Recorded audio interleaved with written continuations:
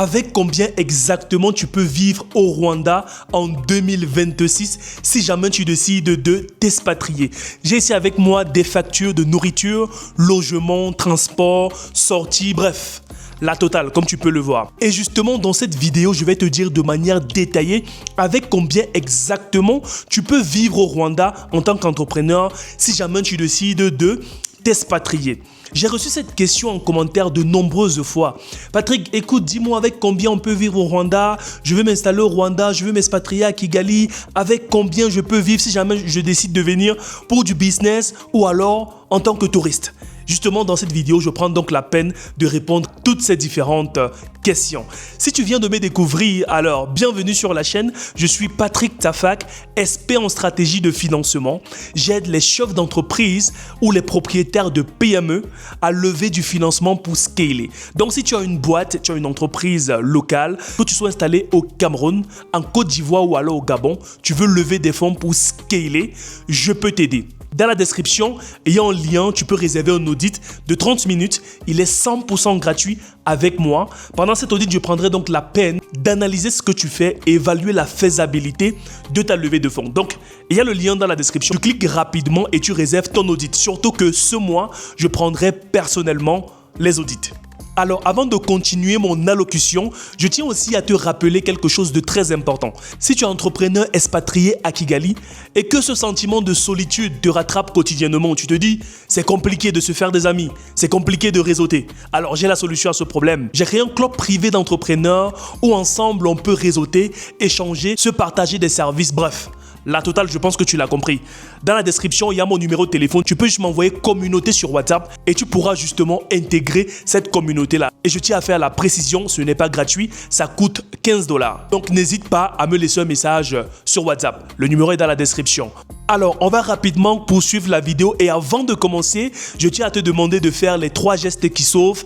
Premièrement, un petit like, ça fait toujours du bien, surtout que c'est gratuit. N'hésite surtout pas pendant le fil de la vidéo de laisser un commentaire par rapport à une question que tu peux te poser ou par rapport à une incompréhension. Je prendrai la peine de répondre à ton message parce que je réponds pratiquement à tous les commentaires en moins de 5 minutes. Tu peux tester et puis tu verras. Et au final, le plus important, n'hésite pas à t'abonner et activer la cloche de notification. Et je tiens à dire merci à toutes ces personnes-là qui n'hésitent pas à s'abonner sur la chaîne. Les gars, on a dépassé les 1000 abonnés et l'objectif, comme vous le savez déjà, c'est qu'ensemble, on puisse aller chercher les 10 000 abonnés dans les 3 prochains mois. Sur ce, assez bavardé, là on va poursuivre la vidéo, donc je t'invite à rester jusqu'à la fin parce que la valeur que je te donne ici, elle est vraiment inédite. Alors, avec combien exactement tu peux vivre au Rwanda, en l'occurrence dans la ville de Kigali? On va justement commencer par la dépense la plus élevée.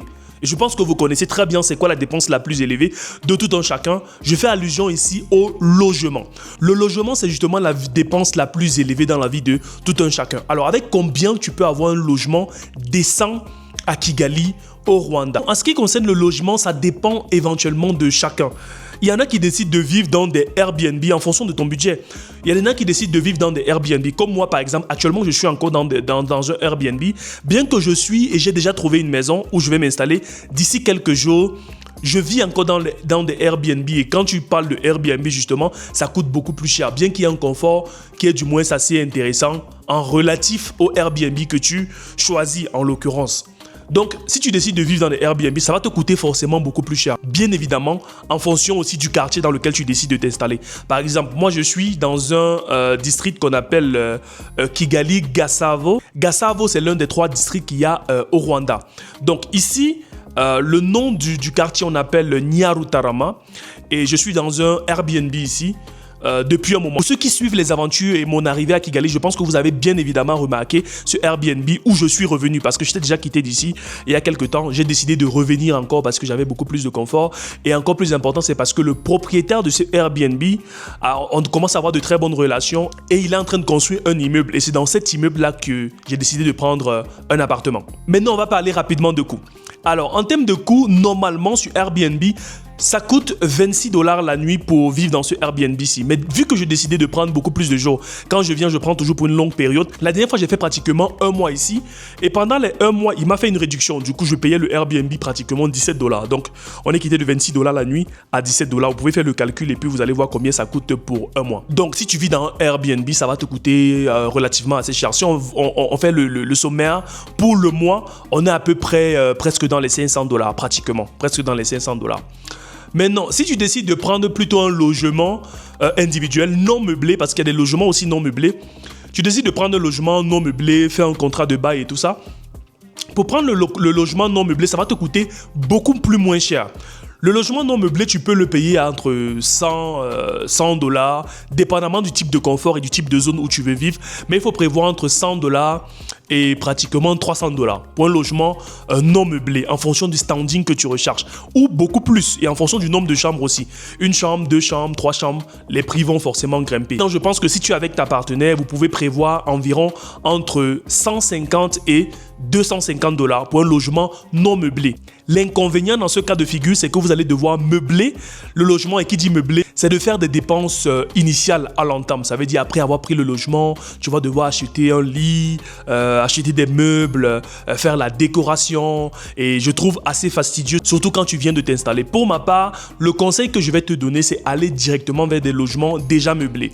Pour des logements meublés, il faut prévoir entre 250 et 500 $ pour quelque chose d'assez confortable ou plus pour quelque chose de plus esthétique. Par exemple, pour ma part, j'ai trouvé rapidement un logement meublé dans l'immeuble de mon hôte ici à 400 $. Je trouve que par rapport au prix et par rapport au quartier, il m'a fait quelque chose d'assez super. Donc, relativement au quartier où tu décides de t'installer, le logement peut coûter cher ou moins cher en fonction des zones où tu décides de t'installer.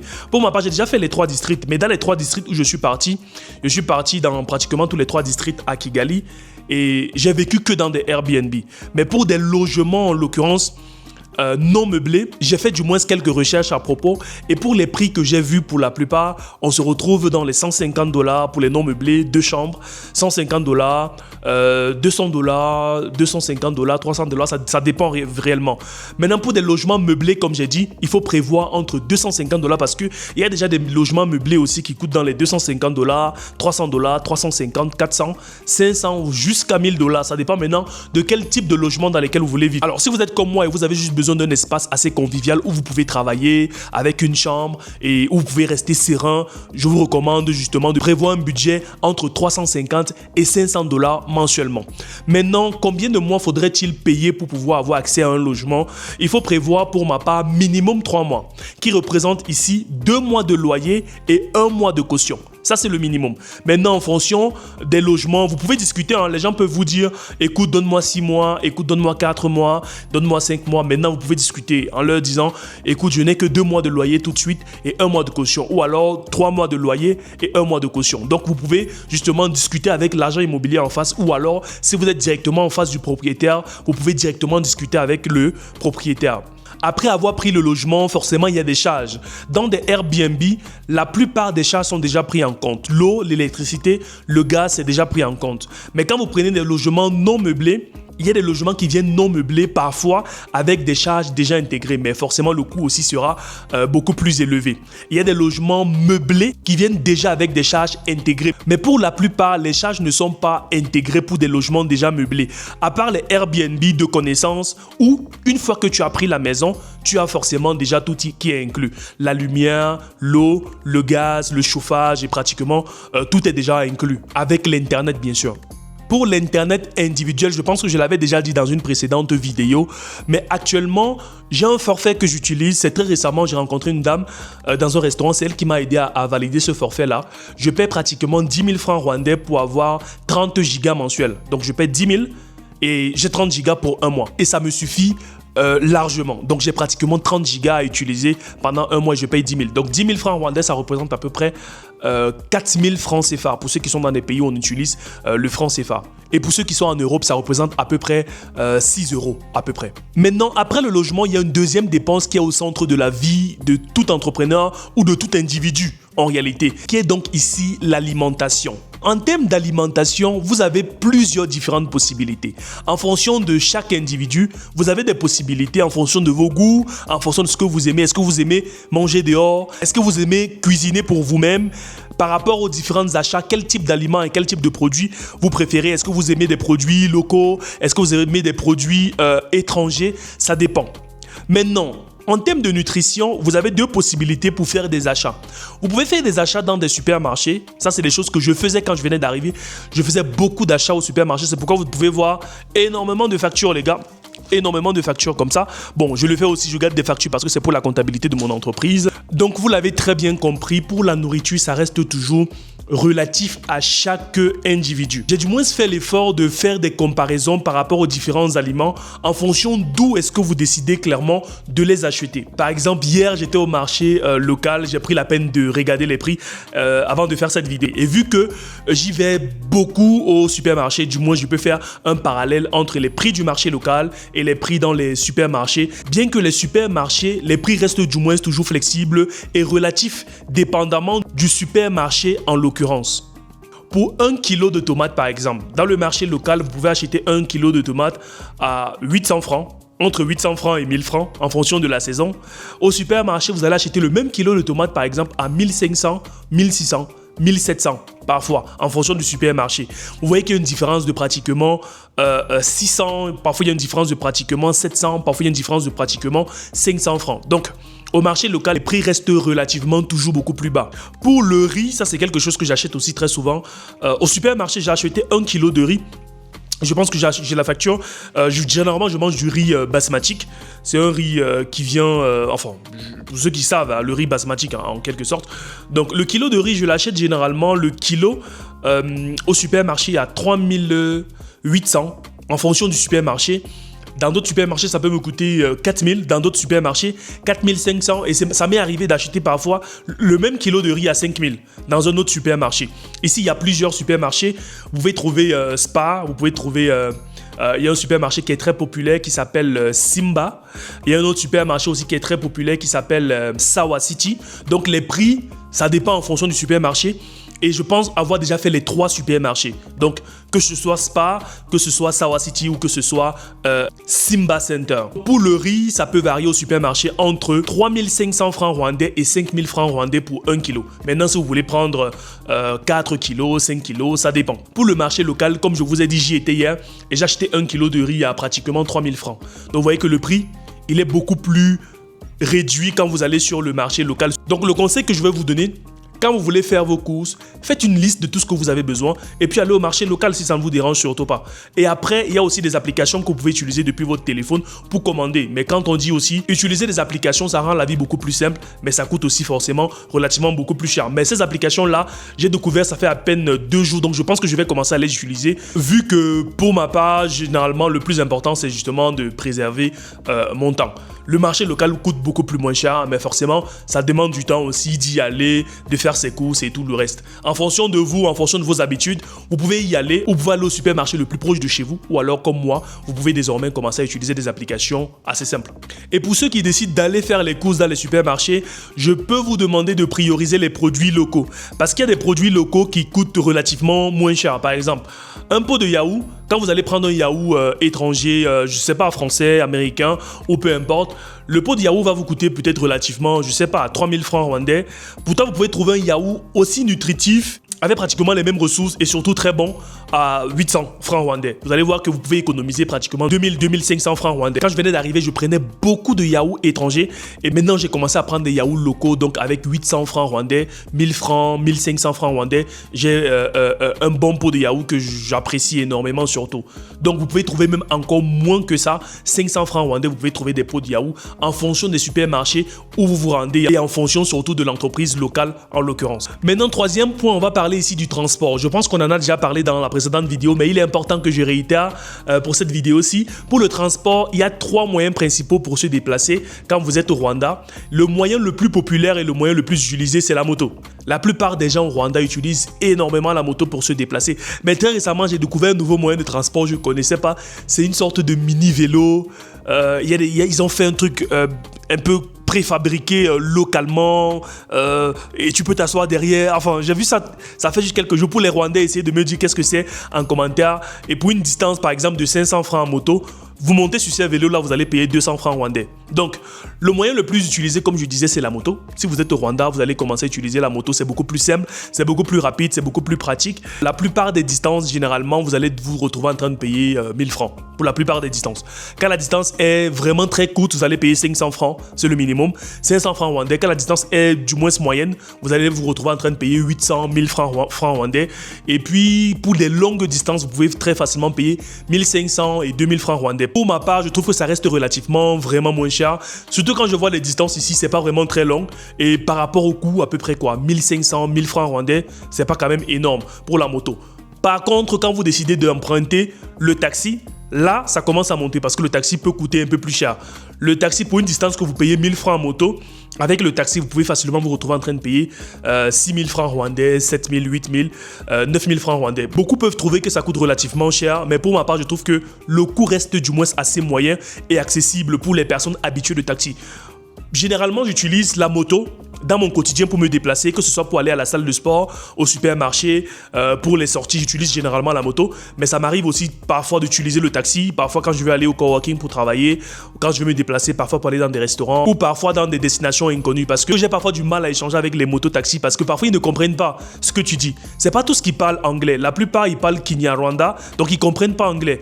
Et parfois c'est fastidieux pour moi de venir expliquer une destination que moi-même personnellement je ne maîtrise pas.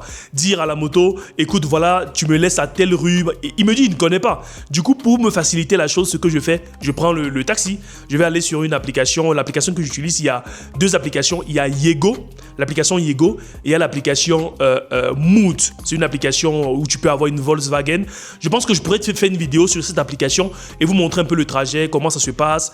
Là-bas, tu ne peux prendre que des Volkswagen. Donc, je pense que je pourrais vous faire une vidéo sur cette application Mood là, afin que vous puissiez voir comment ça se passe. Mais ce que j'ai trouvé formidable, c'est que tu ne peux avoir que des Volkswagen. Toutes les voitures, ce sont des Volkswagen. Je ne comprends pas trop le principe, mais ça m'a l'air du moins assez intéressant. En gros, ce qu'on va retenir ici, c'est que pour le transport, il faut prévoir, en moto, il faut prévoir à chaque fois un minimum de 1000 francs pour tes destinations. 1000 francs rwandais, tu peux facilement aller où tu veux. Maintenant, si la distance est vraiment très longue, tu peux aller à 1500 et surtout n'hésitez pas à négocier avec la moto. Quand ils se rendent compte que vous êtes étranger, les prix peuvent aussi très vite grimper. Ça c'est une remarque que j'ai faite. À chaque fois quand je suis devant une moto, une destination qui peut coûter par exemple, je sais pas 1000 francs, il va me dire 2000, il va me dire 3000. Une destination qui peut me coûter par exemple 500, il va me dire 800 ou 1000 francs. Donc ce que tu dois faire derrière, apprends à négocier, apprends à dire non, j'ai 500, la distance c'est pas loin, c'est juste ici à côté, j'ai 500. Tu vois, en le faisant, ça permet du moins qu'ils comprennent. Ok, il est du coin, il a déjà compris. Tu peux pas... enfin, je pense que vous comprenez quoi. Maintenant, on va parler du cinquième point, un point hyper important, les sorties et les restaurants. Reste jusqu'à la fin de la vidéo si déjà tu es arrivé jusqu'ici, parce que tu vas continuer à recevoir de la valeur qui est surtout quoi? Elle est gratuite, bien sûr. Du coup, dans le point suivant, on va parler ici des sorties et des restaurants. Bien que je ne suis pas trop sorti, je vais du moins prendre la peine de vous faire un retour d'expérience par rapport à ce que j'ai déjà vu par rapport aux différentes sorties, par rapport aux différents coûts. Pour les restaurants, je pense qu'il y en a énormément à Kigali. Vous ne pouvez pas manquer les restaurants, il y en a de tout type. La seule chose que je n'ai pas encore trouvé, c'est un restaurant camerounais. J'arrête toujours pas de chercher et je pense que je vais finir par trouver ce restaurant camerounais, les gars. Donc, il y a beaucoup de restaurants. Il y a des restaurants soudanais, il y a des restaurants arabes, il y a des restaurants nigériens, il y a des restaurants ivoiriens. J'y étais dans un restaurant ivoirien. Je pense que vous avez vu dans ma précédente vidéo. J'étais dans un restaurant ivoirien. J'ai mangé la tchéké. J'ai mangé le plat d'atchéké. Ça m'a coûté à peu près 13 000 francs rwandais. Un plat d'atchéké poisson. Non, ça m'a coûté 18 000, les gars. L'atchéké avec le poisson, 18 000 francs rwandais. Avec une boisson naturelle au gingembre que j'ai payé à peu près 2000, si je dis pas de bêtises. J'ai payé à peu près 2000 pour cette boisson-là. Je dois avoir la facture juste là. J'ai payé 2000 francs pour la boisson au gingembre. Et puis, je suis allé dans un autre restaurant où la dernière fois où j'ai mangé aussi un chicken burger. J'ai payé à peu près 5000 francs rwandais avec des chips, un peu de moutarde et tout ça. Donc, je pense que pour les restaurants avec 15 000 francs rwandais, vous trouvez quelque chose d'intéressant, dépendamment du restaurant. Il y a aussi les buffets. Il y a des restaurants qui offrent des buffets. Et pour manger dans des buffets, vous pouvez prévoir à partir de 10 000 francs rwandais. Avec 10 000 francs rwandais, vous pouvez déjà commencer à trouver de très bons endroits où manger dans les buffets. Surtout que je recommande beaucoup les buffets parce que vous avez une panoplie de nourriture. Vous avez des repas locaux et puis après, vous avez des repas aussi, on va dire africains. Vous pouvez manger facilement, trouver de la tchéké, de la loco, du poisson, du poulet, en fonction de ce que vous voulez manger, du bœuf. Oui, le porc, on ne mange pas beaucoup le porc ici. Ça, c'est une remarque aussi que j'ai faite. Par contre, dans les restaurants, du moins, vous pouvez trouver des menus ou des restaurants qui offrent des menus à base de porc. Donc le prochain point ici, on va parler des activités et des loisirs. Pour ceux qui aiment des activités, ceux qui aiment sortir, qui ont des loisirs, qui ont des hobbies, qui posent la question tout le temps, qu'est-ce que je peux faire comme activité au Rwanda? Il y a énormément d'activités à faire ici les gars. Il y a vraiment, bien que je n'en ai vraiment pas encore fait beaucoup, mais du moins j'en connais. On m'en a déjà parlé de plusieurs différentes activités et j'ai une application qui me permet d'avoir accès à ces différentes activités-là. L'application s'appelle le Ticket, C-I-T-Q-E-T. C'est ça le nom de l'application. Vous la téléchargez, vous pouvez voir les différentes activités. La dernière fois, j'étais au concert de Davido. Je pense que vous avez vu. Si vous n'avez pas regardé la vidéo, je vais la laisser juste là. Vous pouvez aller la voir après celle-ci. Où j'étais au concert de Davido. J'ai réservé mon ticket directement via l'application. Vous pouvez aussi, pour ceux qui aiment le yoga, pour les femmes qui aiment le yoga, vous pouvez réserver des cours de yoga directement à travers cette application. Pour ceux qui aiment le parc, la nature, moi vraiment c'est mon kiff. Vous pouvez aller au parc. Pour les billets pour le parc, 2000 francs pour les locaux. Si tu es rwandais, tu payes 2000. Si tu es africain, tu payes 5000 francs rwandais. Si tu es européen, ça veut dire hors africain, tu payes à peu près, si je ne dis pas de bêtises, entre 15 et 20 000 francs rwandais. Si vraiment je ne dis pas de bêtises. Mais c'est entre ces deux montants. Minimum 15 et maximum 20 000 francs rwandais que tu paieras justement pour aller visiter le parc. Et à part ça, il y a d'autres activités. Téléchargez juste l'application et puis vous allez voir les différentes activités qui sont disponibles. Aussi, j'ai remarqué dans cette application, vous pouvez réserver des stades de foot pour aller jouer au football en équipe. Vous pouvez réserver le stade de foot pour aller jouer pour 1 heure entre potes. Vous pouvez réserver aussi le stade de basket et tout ça entre potes, vous pouvez réserver. Une autre activité aussi que j'ai remarqué, je suis allé au musée. C'est dans le district de Rebero. Mais apparemment, ici, on dit toujours Lebelo. Apparemment, en Kinyarwanda, le R devient L et le L devient R. Ça, c'est la remarque que j'ai fait, les gars. Donc, peut-être que c'est ça pour les Rwandais. N'hésitez pas à me dire en commentaire si je ne dis pas de bêtises. Donc, j'y suis allé. Je suis allé au musée. Dans le musée, il y avait le canal de l'Olympia. Donc, pour ceux qui aiment le cinéma, vous pouvez aller au canal Olympia, regarder le cinéma, apprécier des films, enfin, kiffer, tout ça. Donc, vous pouvez aller directement au cinéma. Il y a aussi ce que j'ai remarqué. Enfin, il y avait beaucoup d'activités dans cet endroit-là. C'est dans le district de Lebelo, les gars. N'hésitez surtout pas à faire un tour si vous êtes de passage à Kigali. Et pour les prix du cinéma, vraiment, ça varie en fonction du film. Mais il faut prévoir au minimum 5000 francs rwandais en fonction du film que vous voulez voir. Le prix peut varier. Et aussi, vous pouvez justement acheter des pop-corn à l'entrée, justement pour aller regarder votre film, quoi. Le prochain point ici, on va parler de la santé et puis de l'assurance. Honnêtement, les gars, ça, c'est une question que je me pose encore. Je sors de la pharmacie. J'étais à la pharmacie aujourd'hui. Je suis allé acheter mes compléments alimentaires. Pour ceux qui savent déjà, je prends énormément de compléments alimentaires, des oméga 3 pour le cerveau, du magnésium pour m'endormir. Enfin, il y a une panoplie de compléments alimentaires que j'ai l'habitude de prendre pour vraiment être au top pour le travail que je fais qui est purement mental et tout ça. Donc, j'étais à la pharmacie et pour les médicaments, je pense que les prix restent relatifs comme en Afrique de l'Ouest, c'est-à-dire en Côte d'Ivoire, au Sénégal. Les prix restent un peu similaires aussi comme au Cameroun, parce que les compléments alimentaires que j'ai pratiquement l'habitude d'acheter quand je suis au Cameroun à 13 000 francs, quand j'arrive ici j'achète au même prix pratiquement 28 000 qui représente à peu près 13 000 francs CFA. Donc ça peut varier, il peut y avoir une différence de 1000 francs rwandais en moins ou en plus en fonction du médicament que vous voulez acheter. Maintenant aussi pour les assurances, quand j'étais à la pharmacie, j'ai posé des questions pour savoir combien ça coûte pour souscrire à une assurance. Ils m'ont donné du moins plusieurs différentes assurances. Je vais faire encore plus de recherches dessus afin de vous donner ça dans une prochaine vidéo, pourquoi pas. Ici, on était justement au dernier point. J'espère que tu as apprécié la vidéo. Donc en sommaire, ce que je peux dire, c'est que la vie au Rwanda peut coûter justement assez cher pour certains, assez moins cher pour d'autres et assez moyen pour d'autres personnes. Pour ma part, la vie au Rwanda, je pense qu'elle est assez moyenne. Maintenant, ça peut dépendre en fonction de chaque individu. Je vois beaucoup de personnes qui me disent que la vie coûte très cher au Rwanda. Certaines me disent que la vie coûte extrêmement cher au Rwanda. Mais moi, je trouve que la vie, elle est assez moyenne. Je ne vais pas dire que ça dépend des revenus que gagne chaque individu, mais honnêtement, si tu gagnes à peu près quoi 500 000 francs CFA, Tu peux facilement vivre au Rwanda, surtout si tu fais du business en ligne. Tu peux facilement vivre au Rwanda avec 500 000 francs CFA. Logement, tout compris.